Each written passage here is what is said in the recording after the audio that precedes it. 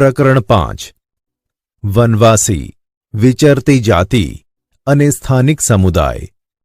વિદ્યાર્થી મિત્રો, આજે આપણે આ પાઠમાં વનવાસી, વિચરતી જાતિ અને સ્થાનિક સમુદાય વિશે વિસ્તારથી માહિતી મેળવીશું। આપણે આગળ જોયું કે કેવી રીતે રાજ્યોનો ઉદ્ભવ અને તેમનું પતન થયું। આમ છતાં નગરો અને ગામોમાં નવી કળાઓ, હસ્તકળાઓ અને ઉત્પાદક પ્રવૃત્તિઓનો વિકાસ થયો। આ સમયગાળામાં કેટલાક મહત્વપૂર્ણ રાજનૈતિક, સામાજિક અને આર્થિક પરિવર્તનો થયા। પરંતુ સામાજિક પરિવર્તન બધી જગ્યાએ એક સરખું ન હતું। વિવિધ સમાજ અલગ અલગ રીતે વિકસિત થયા। આવું શા માટે થયું તે સમજવું જોઈએ। વિદ્યાર્થી મિત્રો, સૌપ્રથમ આપણે જનજાતિઓ અને વિચરતી જાતિઓ વિશે માહિતગાર બનીએ। જનજાતિઓ અને વિચરતી જાતિઓ મોટા શહેરો અને રાજ્ય વિસ્તારોથી દૂર સદીઓથી પોતાની સંસ્કૃતિ અને ઓળખને પ્રસ્થાપિત કરતો એક વિશિષ્ટ સમાજ પણ ભારતમાં વસતો હતો, જેને આપણે જનજાતીય સમુદાય કે વનવાસી સમુદાયના નામથી ઓળખીએ છીએ। આ સમાજ તે સમયની સમાજ વ્યવસ્થાથી દૂર હતો। પ્રત્યેક જનજાતિના સભ્યો કબીલાઈ પ્રથાથી એકબીજા સાથે જોડાયેલા હતા। તેઓ શિકારી, સંઘરાખોર અને પશુપાલક તરીકે તો થોડે ઘણે અંશે ખેતી દ્વારા પોતાનું જીવન જીવતા હતા। જંગલ અને પ્રકૃતિ તેમના જીવન પર સૌથી વધુ અસર કરતા પરિબળો હતા। તેમના ઘરો પ્રાકૃતિક સંસાધનોથી જ બનેલા હતા। આમાંની કેટલીક જાતિઓ એક જગ્યાએથી બીજી જગ્યાએ ભટકતી રહેતી હતી, જેને આપણે વિચરતી કે વિમુક્ત જાતિ તરીકે ઓળખીએ છીએ। જનજાતિના લોકો જમીન અને જમીન પેદાશો પર સંયુક્ત રીતે નિયંત્રણ રાખતા અને પોતાના બનાવેલા નિયમોને આધારે પરિવારોમાં તેની વહેંચણી કરતા। તેઓનું જીવન સામૂહિક સ્વરૂપનું હોવાથી તેમની અર્થવ્યવસ્થામાં પણ સામૂહિકતાનો સિદ્ધાંત જોવા મળે છે। જુદા જુદા સમુદાયોમાં સામાજિક સમાનતા જોવા મળતી હતી। ઉપખંડના વિવિધ ભાગોમાં ઘણી મોટી જનજાતિઓનો વિકાસ થયો। સામાન્ય રીતે તેઓ જંગલો, પહાડો, રણ અને દુર્ગમ જગ્યાઓ પર નિવાસ કરતા હતા। કેટલીકવાર તેમના કરતાં વધારે શક્તિશાળી સમાજ સાથે તેમનો સંઘર્ષ પણ થતો। આમ છતાં જનજાતિઓએ પોતાની સ્વતંત્રતા ટકાવી અને સંસ્કૃતિને બચાવી રાખી। જાતિ આધારિત સમાજ અને જનજાતીય સમાજ વિવિધ જરૂરિયાતો માટે એકબીજા પર નિર્ભર હતો। સંઘર્ષ અને નિર્ભરતાના સંબંધને કારણે બંને સમાજમાં ધીરે ધીરે પરિવર્તન આવ્યું। વિદ્યાર્થી મિત્રો, હવે આપણે વનવાસી અને વિચરતી જાતિના લોકો તથા તેમના ભૌગોલિક સ્થાનો વિશે માહિતી મેળવીશું। વનવાસી અને વિચરતી જાતિના લોકો સમકાલીન ઇતિહાસકારો અને મુસાફરોએ વનવાસી અને વિચરતી જાતિઓ વિશે બહુ ઓછી જાણકારી આપી છે। કેટલાક અપવાદો બાદ કરતાં જનજાતિના લોકો પાસે લેખિત દસ્તાવેજો મળતા નથી, પરંતુ વનવાસી કે જનજાતિ પ્રજા પોતાના સમૃદ્ધ રીતરિવાજોનું અને મૌખિક પરંપરાઓનું રક્ષણ કરતી હતી। આ પરંપરાઓ નવી પેઢીને વારસામાં મળતી હતી। વર્તમાન ઇતિહાસકારો જનજાતિઓનો ઇતિહાસ લખવા માટે આવી મૌખિક પરંપરાઓનો પણ ઉપયોગ કરે છે। ભારતની મુખ્ય જનજાતિના ક્ષેત્રો ભારતના મોટાભાગના વિસ્તારોમાં જનજાતિની વસ્તી જોવા મળે છે। જનજાતિનો વિસ્તાર અને પ્રભાવ સમયની સાથે બદલાતો રહેતો। કેટલીક જનજાતિ ખૂબ શક્તિશાળી હોય મોટા પ્રદેશો પર નિયંત્રણ ધરાવતી, જેમ કે 13મી-14મી સદી દરમિયાન પંજાબમાં ખોખર જનજાતિ અને ગખ્ખર જનજાતિ મુખ્ય હતી। આ જનજાતિમાં આવનાર કમાલ ખાં, ખખ્ખરને અકબરે મનસબદાર બનાવ્યા હતા. મોઘલો પહેલા મુલતાન અને સિંધમાં લંઘા અને અર્ધૂન જનજાતિઓનું આધિપત્ય હતું. ભારતના ઉત્તર પશ્ચિમ ભાગમાં બલોચ જનજાતિ સૌથી શક્તિશાળી હતી. તે વિવિધ નેતા ધરાવતા નાના નાના કુળોમાં વિભાજિત હતી.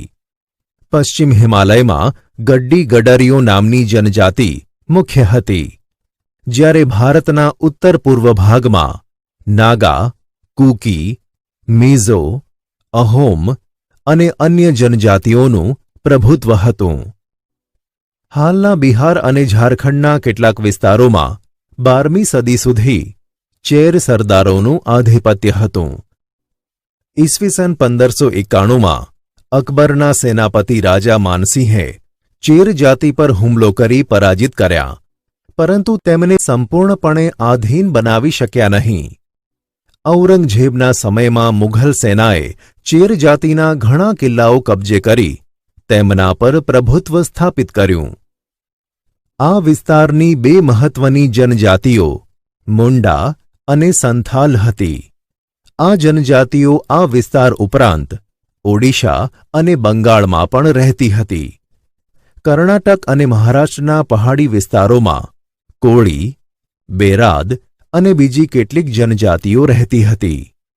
દક્ષિણ ભારતમાં કોરાગા, વેતર, મારવાર અને બીજી જનજાતિઓના લોકો મોટી સંખ્યામાં વસતા હતા. ભીલ આ જનજાતિઓમાં સૌથી અગત્યની જાતિ હતી, જે જાતિ પશ્ચિમ અને મધ્ય ભારતમાં ફેલાયેલી હતી. 16મી સદીના અંત સુધીમાં તેમના ઘણા ખેડૂત અને જમીનદાર તરીકે સ્થાયી થયા હતા.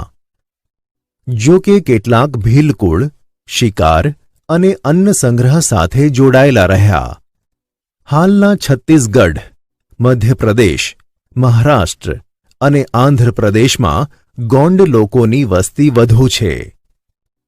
ગુજરાતમાં આરાસુરથી ડાંગની પૂર્વ પટ્ટીના વિસ્તારની જનજાતિઓ લગભગ 4 સદીથી આ પ્રદેશમાં પોતાની વિશિષ્ટ સમાજ વ્યવસ્થા અને સંસ્કૃતિને સાચવીને બેઠી છે, તથા આધુનિક સમય સાથે કદમ મિલાવીને પ્રગતિ કરી રહી છે. આ જાતિના સ્થાનોને કોષ્ટકના માધ્યમથી સરળતાથી સમજીએ. આ કોષ્ટક ધ્યાનથી વાંચો. વિચરતી અને વિમુક્ત જાતિ. વિચરતી અને વિમુક્ત જાતિના લોકો પોતાના પશુઓ સાથે દૂર દૂર સુધી ફરતા રહેતા. તેમનું જીવન મોટે ભાગે પશુપાલન પર આધારિત હતું. તેઓ સ્થાયી ખેડૂતો પાસેથી અનાજ, કપડાં, વાસણ અને અન્ય વસ્તુઓ માટે ઊન, ઘી વગેરે વસ્તુઓનો વિનિમય પણ કરતા હતા. કેટલીક વિચરતી જાતિઓ જાનવરો પર સામાન લાદી એક જગ્યાએથી બીજી જગ્યાએ લઈ જઈ વસ્તુઓનું ખરીદ વેચાણ કરતી હતી. વિદ્યાર્થી મિત્રો, હવે આપણે ભારત અને ગુજરાતના સંદર્ભમાં વણજારા જાતિ વિશે જાણીએ. વણજારા ભારત અને ગુજરાતના સંદર્ભમાં. આ બધી વિચરતી વિમુક્ત જાતિઓમાં વણજારા સૌથી અગત્યના હતા. તેમનો સમૂહ ટાંડા કહેવાતો. અલાઉદ્દીન ખલજી દિલ્હીના બજારો સુધી અનાજ અને ચીજવસ્તુઓ લાવવા લઈ જવા માટે તેમનો ઉપયોગ કરતો. બાદશાહ જહાંગીરે પણ વણજારા દ્વારા બળદો પર અનાજ લાદીને શહેરમાં વેચવાના તેમના કાર્યનો ઉલ્લેખ કર્યો છે. ખાસ બાબત તો એ છે કે યુદ્ધ દરમિયાન વણજારાઓ બળદોની પોઠ દ્વારા મુઘલ સેના માટે અનાજ અને ચીજવસ્તુઓ લાવતા હતા. એક રીતે જોઈએ તો વણજારા ભારત અને વિશ્વ વચ્ચેની કડી હતા. મધ્ય એશિયાથી અનેક ચીજવસ્તુઓ તેમના દ્વારા ભારતમાં આવતી અને ભારતથી બહાર જતી. વિદ્યાર્થી મિત્રો, હવે આપણે સંસ્કૃતિ વિશે જાણીએ. જનજાતિઓ અને વિચરતી જાતિઓની સંસ્કૃતિ. કેટલીક વિચરતી વિમુક્ત જાતિઓ ઘેટાં બકરાં, ઘોડા, ગાય, ભેંસ અને બળદના વેપાર સાથે પણ સંકળાયેલી હતી. વિવિધ જાતિના નાના મોટા ફેરિયાઓ એક ગામથી બીજે ગામ જઈને જાતે બનાવેલા દોરડાં, ઘાસની ચટાઈ અને મોટા થેલા વેચતા. કેટલીક વિચરતી વિમુક્ત જાતિઓમાં કાંગસિયા, મોડવાનો સમાવેશ થતો, જે બંગડી અને સૌંદર્ય પ્રસાધનોના વેપાર સાથે જોડાયેલા હતા. કેટલીક વિચરતી જાતિઓમાં નટબજાણિયાનો સમાવેશ થતો. તેઓ વિભિન્ન અંગ કસરતો દ્વારા લોકોનું મનોરંજન કરતા. ગુજરાતમાં વણજારા, માલધારી, નટબજાણિયા, કાંગસિયા જેવી વિચરતી વિમુક્ત જાતિઓ જોવા મળે છે. જનજાતિઓમાં આવેલ સાંસ્કૃતિક પરિવર્તન. અર્થવ્યવસ્થા અને સમાજની જરૂરિયાતો વધતા નવા કલા કૌશલ્યો ધરાવતા લોકોની આવશ્યકતા ઊભી થઈ. સમાજ જુદી જુદી જાતિઓમાં વિભાજિત થયો. બીજી બાજુ ઘણી જનજાતિઓ અને સામાજિક જૂથોને જ્ઞાતિ આધારિત સમાજમાં સમાવી. તેમને જાતિનો દરજ્જો આપવામાં આવ્યો. આવી જાતિઓમાં વિશિષ્ટ કૌશલ્ય ધરાવતા સમુદાય મુખ્ય છે. હવે વર્ણને બદલે જાતિ સમાજના સંગઠનનો આધાર બની. વનવાસી અને વિચરતી જાતિની ઉપલબ્ધિઓ. ગોંડ અને અહોમ. ગોંડ ભારતના ગોંડવાના નામના વિશાળ વન પ્રદેશમાં રહેનારી પ્રજા ગોંડ તરીકે ઓળખાય છે, જે ભારતની જૂની જનજાતિઓ પૈકીની એક છે. તેઓ સ્થાનાંતરિત ખેતી કરતા નાના નાના કુળોમાં વહેંચાયેલી વિશાળ ગોંડ જાતિમાં પ્રત્યેક કુળનો એક રાજા હતો. અકબરનામામાં નોંધાયું છે કે ગઢકટંગાના ગોંડ રાજ્યમાં 70,000 જેટલા ગામડાઓનો સમાવેશ થતો હતો. તેમની રાજ્ય વ્યવસ્થા કેન્દ્રીકૃત હતી. રાજ્ય ગઢમાં વહેંચાયેલા હતા. દરેક ગઢ પર એક ખાસ ગોંડ કુળનું આધિપત્ય હતું. દરેક ગઢ 84 ગામોના એક એકમમાં વહેંચાયેલો હતો, જેને 84 તરીકે ઓળખતા. દરેક 84 12 ગામના એક પેટા એકમ 12 હોતોમાં વહેંચવામાં આવતી. મોટા રાજ્યોના ઉદય સાથે ગોંડ સમાજમાં પણ પરિવર્તન આવ્યું. મૂળભૂત રાજપૂત તરીકેની માન્યતા મેળવવા ગઢકટંગાના ગોંડ રાજા અમનદાસે સંગ્રામશાહની પદવી ધારણ કરી. તેમના પુત્ર દલપતે મહોબાના ચંદેલ રાજપૂત રાજાની પુત્રી રાજકુમારી દુર્ગાવતી સાથે લગ્ન કર્યા. યુવાન વયે જ દલપતનું મૃત્યુ થતાં દુર્ગાવતીએ 5 વર્ષના પુત્ર વીરનારાયણના નામથી શાસન સંભાળ્યું. 1565માં આસિફ ખાનના નેતૃત્વ હેઠળની મુઘલ સેનાએ દુર્ગાવતીને હરાવી. રાણી અને તેમનો પુત્ર યુદ્ધમાં લડતા લડતા મૃત્યુ પામ્યા. ગઢકટંગા રાજ્ય હાથીઓના વેપાર દ્વારા પુષ્કળ ધન કમાયું હતું. ગઢકટંગા પર વિજય મેળવી મુઘલોએ પુષ્કળ ધન અને હાથીઓ મેળવ્યા. તેમણે રાજ્યનો મોટો ભાગ પોતાના નિયંત્રણમાં રાખ્યો, જ્યારે બાકીનો ભાગ વીરનારાયણના કાકા ચંદર શાહને આપ્યો. ગઢકટંગાના પતન બાદ નિર્બળ બનેલ ગોંડ રાજ્ય શક્તિશાળી બુંદેલો અને મરાઠાઓના આક્રમણ સામે ટકી શક્યું. અહોમ લોકો 13મી સદીમાં હાલના મ્યાનમારથી આવી અસમની બ્રહ્મપુત્ર નદીના ખીણ વિસ્તારમાં વસ્યા. તેમણે ભૂઇયા એટલે કે ભૂસ્વામી અથવા જમીનદારની જૂની રાજકીય વ્યવસ્થાને બદલી એક નવા રાજ્યની સ્થાપના કરી. 16મી સદીમાં ચૂટીઓ અને કોચહાજો રાજ્યોને પોતાના રાજ્યમાં ભેળવી અને આસપાસની જનજાતિઓને જીતીને એક વિશાળ અહોમ રાજ્યની સ્થાપના કરી હતી. 17મી સદીમાં તો તેઓ દારૂગોળો અને તોપોનું નિર્માણ પણ કરી શકતા હતા. જો કે દક્ષિણ પશ્ચિમથી અહોમ લોકો પર ઘણા આક્રમણો થયા. ઈસવીસન 1662માં મીર જુમલાના નેતૃત્વ હેઠળની મુઘલ સેના સામે બહાદુરીથી લડવા છતાં તેઓ હાર્યા. પરંતુ એ વિસ્તાર પર મુઘલોનું પ્રત્યક્ષ પ્રભુત્વ લાંબા સમય સુધી ટકી શક્યું નહીં. અહોમ રાજ્ય બળજબરીપૂર્વકના શ્રમ પર આધારિત હતું. જે લોકો પાસે રાજ્ય માટે બળજબરીથી કામ કરાવાતું તે પાઇક કહેવાતા. દરેક ગામમાંથી નિશ્ચિત કરવામાં આવેલ સંખ્યામાં પાઇક મોકલવાના રહેતા.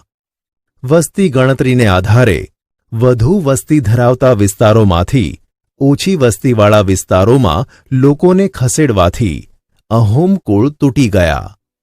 17મી સદીના પ્રથમ દશકમાં વહીવટી વ્યવસ્થા કેન્દ્રીકૃત બની.